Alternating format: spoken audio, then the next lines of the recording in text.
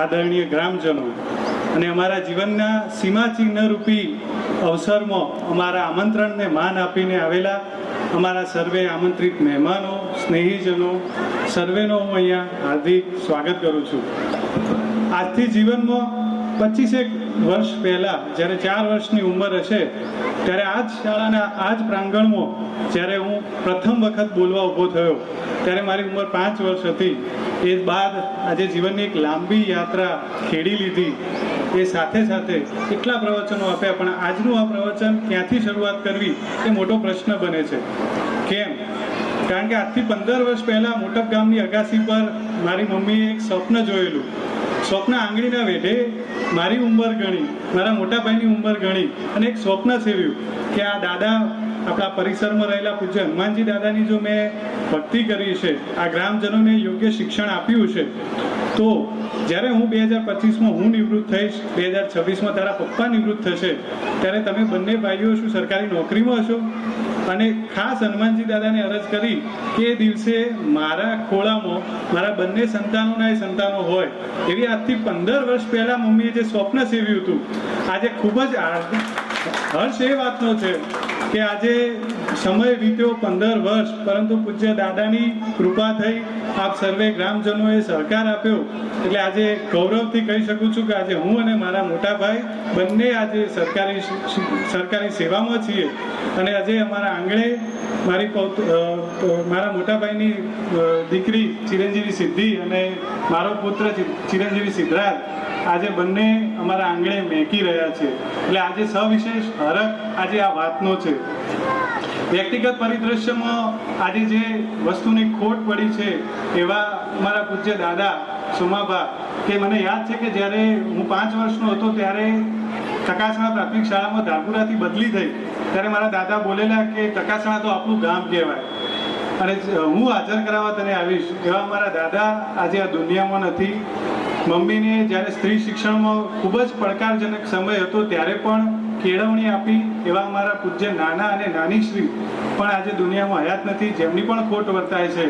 અને સવિશેષ ટકાસણામાં જ જ્યારે બદલી થઈને ધારપુરાથી સાથે આવેલા અમારા કમસી મામા, કે જે કુદરતી કારણોસર આજે આ દુનિયામાં હયાત નથી, નહીંતર તો આજે સૌથી ખીલતો ચહેરો અને સૌથી હાસ્યમય ચહેરો આજે કોઈ હોત તો પૂજ્ય કમસી મામા, એમની પણ ખોટ વર્તાય છે. વ્યક્તિગત જીવનમાં આ શાળાનો હું વિદ્યાર્થી રહ્યો છું.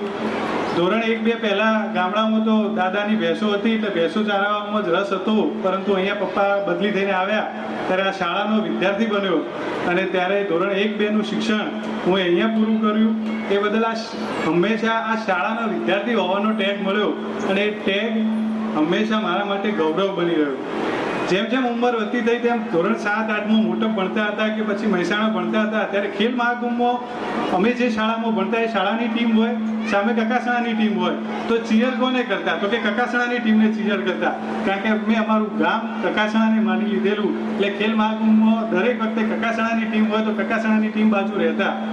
વધુ સમય આગળ વધ્યો અને ધોરણ 10ની પરીક્ષા આવી ત્યારે મહેસાણા ગ્રામ્યનો જે પરીક્ષા કેન્દ્ર હોય અર્બન હાઈસ્કૂલ હતી, એટલે હું પણ ત્યાં મારું ધોરણ 10નું મારી પરીક્ષા હતી અને સાથે સાથે મારા સાથે આ ધોરણ 1-2માં કકાસણામાં ભણેલા તમામ વિદ્યાર્થીઓની પણ પરીક્ષા હતી.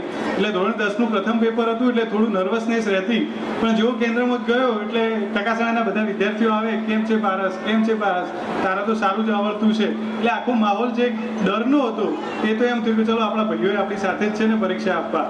એક સેલિબ્રિટી જાણ ધોરણ 10ની પરીક્ષા આપવા ગયો ને એક સેલિબ્રિટી હોવું એવું આ ગામે ફીલ કરાવ્યું અને નર્વસનેસ પણ જતી રહી અને 99.76% એ વખતે આવી. એનો પણ હું આભારી કકાસણા પ્રાથમિક શાળાનો છું. થોડા આગળ વધ્યા અને જ્યારે અત્યારે હું બેચરાજીમાં સમાજ કલ્યાણ નિરીક્ષક તરીકે કાર્યરત છું ત્યારે જ્યારે બેચરાજી બેઠો ત્યારે પણ કકાસણાનો કોઈ પણ વ્યક્તિ આવે, વિદ્યાર્થી મિત્ર આવે ત્યારે જે હરખથી બોલાવે છે, અમને પોતાના ગણે છે. આ ઋણાનુબંધ અમારા પ્રત્યે તમારું કાયમી રહેશે, અમને તમારા પોતાના જ ગણજો. પિતાશ્રીની વાત કરું તો ઉત્તર બુનિયાદી શાળામાં ચાલતા જઈને જ્યારે એમને શિક્ષણ પૂરું કર્યું, એક સંઘર્ષમય ગાથાથી તેઓ પોતે શિક્ષિત બન્યા. સ્કૂટરથી લઈને કરેલી શરૂઆત આજે આ ગાડીઓ સુધી લાવ્યા. એવો સતત શિક્ષણ માટે પ્રયત્નશીલ બન્યા, પોતે પોતાનું આધ્યાત્મિક જીવન પણ અમારી સાથે શેર કર્યું. હંમેશા એ વસ્તુ રહેતી કે અમે બીજા નંબરે હોતા અને કકાસણા પ્રથમ નંબરે હોતી. મને મોટા ભાઈને ક્યારેક એવું થતું કે પપ્પા અમે બીજા નંબરે ને કકાસણા પ્રથમ નંબરે. અત્યારે જ્યારે જાહેર સેવામાં જોડાયેલા છીએ ત્યારે દેખાય કે પોતાની નોકરી પ્રત્યેની આ વિશેષ નિષ્ઠા એ કયા પ્રકારની હશે એ આજે આ મળતું એમનો સ્નેહ અને સત્કાર વતી અમે અનુભવી રહ્યા છીએ. મમ્મીની વાત કરું તો જ્યારે સ્ત્રી શિક્ષણમાં અતિશય પડકાર હતો, જ્યારે સ્ત્રી શિક્ષણમાં કોઈ બહાર ભણવા અમારા સમાજમાં નહોતું મોકલતું, ત્યારે પણ નારદીપુરમાં જઈને પીટીસી પૂર્ણ કર્યું અને ત્યારબાદ એમના ગામના પ્રથમ શિક્ષિકા બન્યા. એવા સંઘર્ષમય શિક્ષણના કાર્ય પૂરું કર્યા પછી પણ તેઓ આજે આ મુકામ સુધી પહોંચ્યા. મારા માટે તો સવિશેષ ધોરણ 1-2ના મારા વર્ગ શિક્ષક હતા, એટલે હંમેશા કહું કે તું તો મમ્મી બીજા નંબરે, પહેલાં મારી વર્ગ શિક્ષિકા પ્રથમ નંબરે રહેતી.